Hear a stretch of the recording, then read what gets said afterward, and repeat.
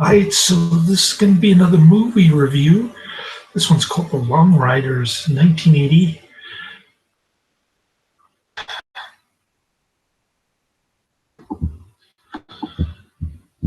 This one's about the James Younger Miller gang of outlaws.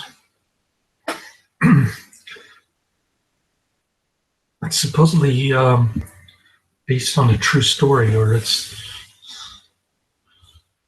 less mythology and more truth to it than most other movies on this topic. But at the same time, it tries to be sympathetic towards the gang of outlaws. I don't think it has sympathy towards any of these characters. David Carradine, Keith Carradine, and Robert Carradine play the younger brothers.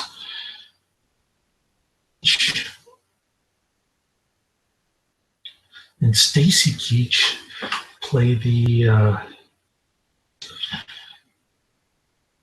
and then Dennis Quaid and his brother Randy Quaid, they play the Millers.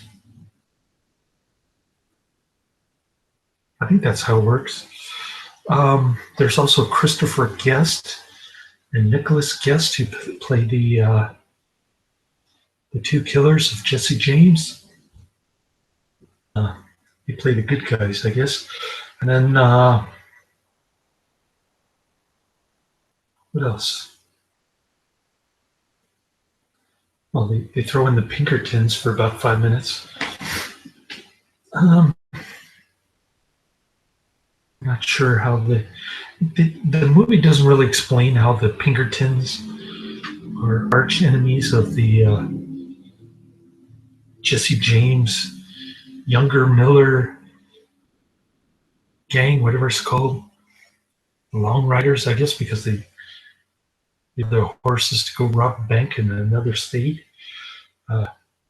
Mostly Yankee Bank type deals. I guess they're getting revenge for losing the Civil War, and that's what makes them somewhat heroic in some people's eyes. I didn't find them heroic at all. David Carradine just sits around, gets drunk, and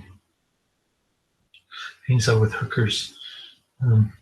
So there's some nudity, a little bit of boobage, mostly ugly white women though. Some TNA, I guess. That's why it has an R rating. There's also a lot of blood and stuff. So like Jesse James is robbing banks and trains and stuff in there. And the Keystone cops are having trouble finding him. They do a David Kokesh maneuver of putting some kind of incendiary device or throwing it inside the house with a 15-year-old boy inside. So he ends up dying. Jesse James' 15-year-old brother, I guess, or half brother, who knows? It's not really clear how all these people are related to each other, but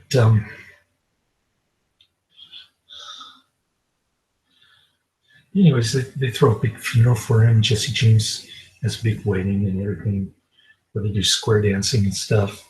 I didn't really care too much for the square dance music, kick music, I guess. Got to be really into Southern culture and square dancing to enjoy this flick, I guess. 5 stars, just because, yeah, it was kind of mediocre. Like The Wild Bunch, I was disappointed. There's a lot of violence and nudity and stuff, but that really didn't save the movie. In my opinion, I think the women were ugly, and I don't know. The other movie that I watched had a much better looking pair of knockers. Cue the Winged Serpent, which I'll review next. Trying to avoid, let me turn the light on. Trying to avoid doing review at the Starbucks today, just because the noise level makes it impossible to hear me. A word I'm saying. And I realized that I felt sorry for somebody who commented on my channel, but sometimes that's the only way to get a comment on my YouTube watch page. So if I pull a stunt like that, then I tried to do it at the San Mateo Public Library outside, and there wasn't enough bars on the wireless connection to, but I did, start at the bare bones of who acted in it, and did a little editing before I managed to do this video about 7 hours ago. So it did save a little bit of time, but overall, I can't really recommend this movie in any way, shape, or form. Kind of drags on in the beginning. Not very enjoyable at all. The characters aren't very well developed. I couldn't really.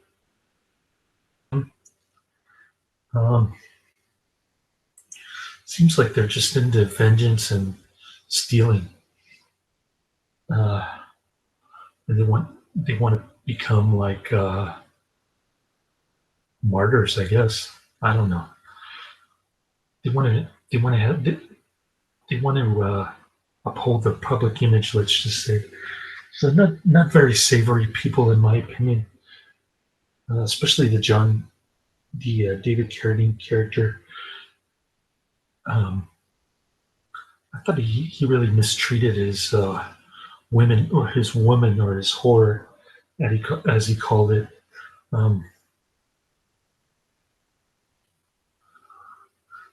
Yeah, I didn't really like his character too much, and he should have just shot Jesse James or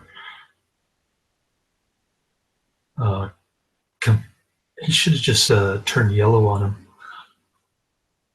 But he wouldn't do that for some odd reason. I couldn't figure it out. And neither did his half-brother, Robert Carradine. So I don't know what their hang-up is with this gang. Or what their motivation is. I guess the South will rise again, kind of thing. You get a little taste of that when they're at some kind of shady-looking prostitution saloon type deal, and I think one of the Quaid brothers tells the band to stop playing Yankee music and start playing redneck music. It kind of turned me off. I'm not really into that kind of music to begin with. Thought some of the costumes were kind of ugly. Made the actors look ugly, especially with the facial hair and the long hair. David Carradine in particular. They look really grimy and unattractive. I'm not sure why these white women fell for these guys. Just didn't seem very believable, in my opinion. Though it was supposed to be true to the Jesse James historical facts. I don't know. I just really couldn't get into this flick. I give it 3 to 5 stars. Like I said, I think it gets a higher rating on IMDb, like a 7.1 out of 10, just because it is so historically accurate. I don't know. I never really studied Jesse James, so I can't really say yay or nay in that regard, but whatever. Um,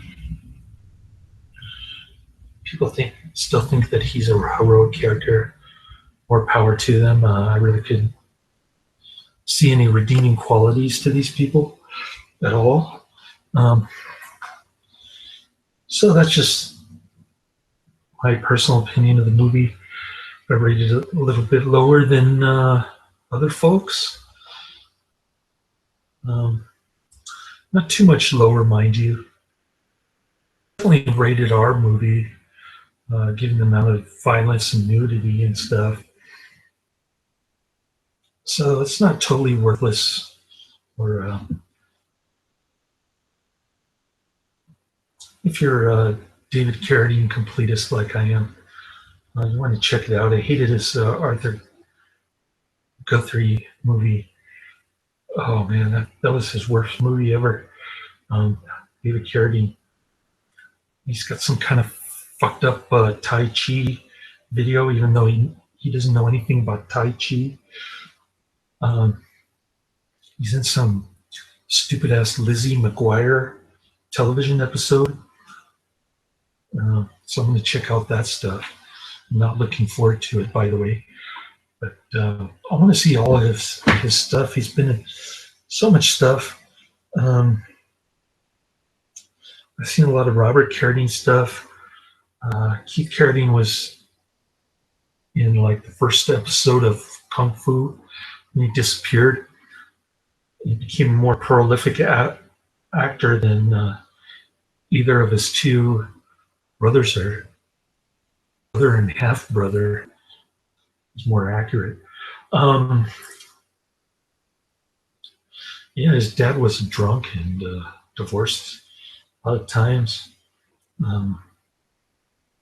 Had all these custody battles and stuff. I think of what John Carradine went through. What I'm going through now with my divorce is probably nothing compared to his. I guess his first wife was totally crazy. Or maybe it was his second wife. I don't remember. So fortunately, he got custody of the kids, and they turned out to be actors. But Carradine died prematurely, not from smoking cigarettes, but from asphyxiation, some kind of kinky shit, like realm of the senses or some shit.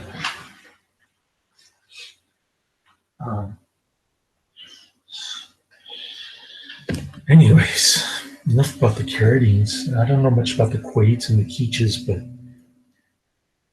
definitely see some familiar faces in this movie. Bad actors, like David Carradine is a bad actor. There's just not much you can say in a movie like this other than let's go rob a bank or some shit like that. So the dialogue is kind of lame. Let's get married. Let's go rob a bank. Let's bury this guy. It's about the extent of the plot.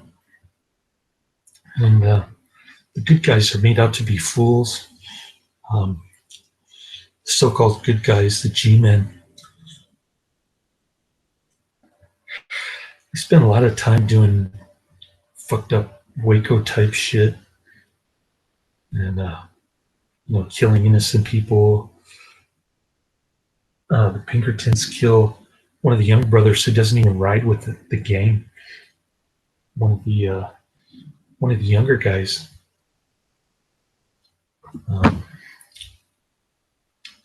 So there's that. A lot of famous actors in this one. I just really couldn't get into the story or the characters. So I'm giving it 3 out of 5 stars. Can't recommend it. Laters.